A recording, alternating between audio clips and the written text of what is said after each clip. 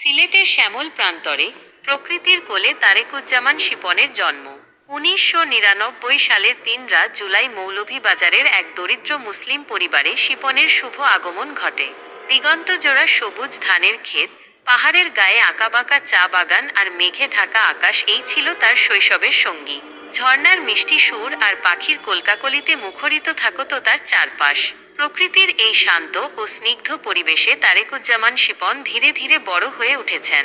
৫ ভাই বোনের মধ্যে তিনি ছিলেন পরিবারের চতুর্থ সন্তান, যেন এক উজ্জ্বল প্রদীপ। জীবনের প্রথম ২টি দশক কেটেছিল আনন্দ আর শান্তিতে, কিন্তু হঠাৎ একদিন ২০১৯ সালের ৯ জুলাই এক অপ্রত্যাশিত অন্ধকার নেমে আসে তার জীবনে। তার পিতার প্রয়াণ যেন এক মুহূর্তে সব আলো কেড়ে নেয়।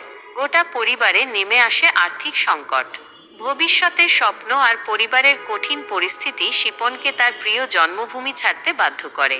প্রকৃতির মায়া ত্যাগ করে তিনি পা বাড়ান ঢাকার উদ্দেশ্যে, এক নতুন ও অচেনা জগতে। বন্ধুর হাত ধরে ঢাকায় এসে নতুন কাজের সন্ধান পান। সেখানে কিছুদিন কাজ করার পর এক হৃদয়বান শিক্ষকের সান্নিধ্যে তার জীবনের মোড় ঘুরে যায়। তার সেই বন্ধুর স্মৃতি আজও তার হৃদয়ে অমলিন। দীর্ঘ ২.৫ বছর পর ইট কাঠের যান্ত্রিক শহর ঢাকার কোলাহল ছেড়ে যখন শিপনের নতুন ঠিকানা হয় মোহাম্মদপুর, যেন এক বন্দর থেকে আর এক বন্দরে নোঙর ফেলল তার জীবন। ফেলে আসা গুলশানের চেনা গণ্ডি, কর্মব্যস্ত দিনের স্মৃতি সবকিছু পিছনে পড়ে রইল। এই বন্দর বদল হয়তো তার জীবনের নতুন কোনো বাঁকের সূচনা করতে চলেছিল, যার পরিণতিতে অপেক্ষা করছিল অন্য এক নতুন অভিজ্ঞতা। সেই নতুন পরিবেশে একদিন তার দৃষ্টি আটকে যায় এক অষ্টাদশীর রূপে। ১৯-২০ বছরের এক অপরূপা সুন্দরী যুবতী, যার চোখে ছিল এক গভীর মায়া আর মুখে স্নিগ্ধ হাসি। আমার সকল স্বপ্নে তুমি ছিলে, আজ কেন দূরে সরে গেলে? হৃদয়ের গভীরে শুধু হাহাকার, তুমি বিহনে সব অন্ধকার। প্রথম দেখাতেই শিপনের হৃদয়ে এক নতুন স্পন্দন জাগে, যেন বহুদিনের নীরবতা ভেঙে কোনো সুর বেজে ওঠে। সেই রূপবতী তরুণীর সাথে তার পরিচয় হয় এবং ধীরে ধীরে তাদের মধ্যে ভালোবাসার এক নতুন অধ্যায় রচিত হয়। দীর্ঘদিনের কল্পনা যেন অবশেষে বাস্তবে ধরা দেয় এবং কিছু সময় সেই ভালোবাসার রঙে রাঙানো থাকে শিপনের জীবন। কিন্তু সেই ভালোবাসার পথে বাধা হয়ে দাঁড়ায় সামাজিক ও আর্থিক বাস্তবতা।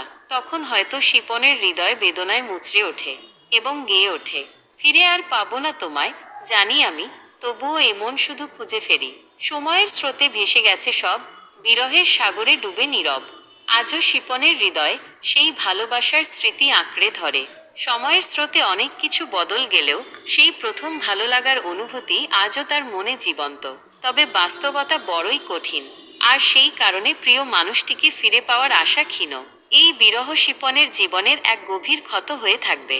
জীবনের এই কঠিন সময়ে হয়তো শিপনের মনে অনেক প্রশ্ন জাগছে, অনেক হতাশা গ্রাস করছে। কিন্তু মনে রাখবেন, জীবন থেমে থাকার নয়, দুঃখের পরেই আসে সুখের ভোর। হয়তো এই কষ্টের পথ পেরিয়ে তিনি এমন এক নতুন দিগন্তে পৌঁছাবেন, যেখানে তার জন্য অপেক্ষা করছে সত্যিকারের সুখ এবং ভালোবাসা। তার ভেতরের প্রদীপটি যেন কখনোই নিভে না যায়, সেই আলোতেই তিনি একদিন তার স্বপ্নের ঠিকানা খুঁজে পাবেন। তবে জীবনের এই কঠিন পথ চলার মাঝেও শিপন তার জন্মভূমির সেই শান্ত স্নিগ্ধ রূপকে ভোলেননি।